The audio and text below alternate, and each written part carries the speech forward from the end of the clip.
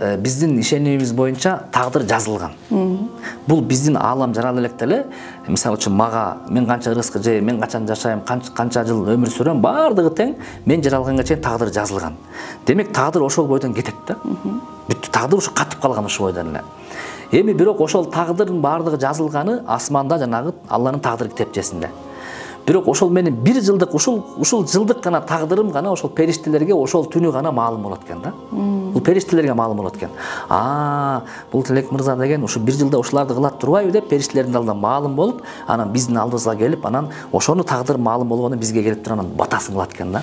Ушул иштерди кыласың, Кудай буйрса бир жылда кылат экенсиң, сага Кудай Таала мүмкүнчүлүк берсин деп периштелер биз үчүн бата дуа кылат экен да. Мен үчүн ошол бир жыл болобу, бир жылга чейинки болобу, жалпы болобу, мен кадыр түндөгү мен үчүн ал эң маанилүү эмес. Мен үчүн кайсыл маанилүү болот? Кудай Таала. Ушу менин тагдырымда жакшылык жазылса экен.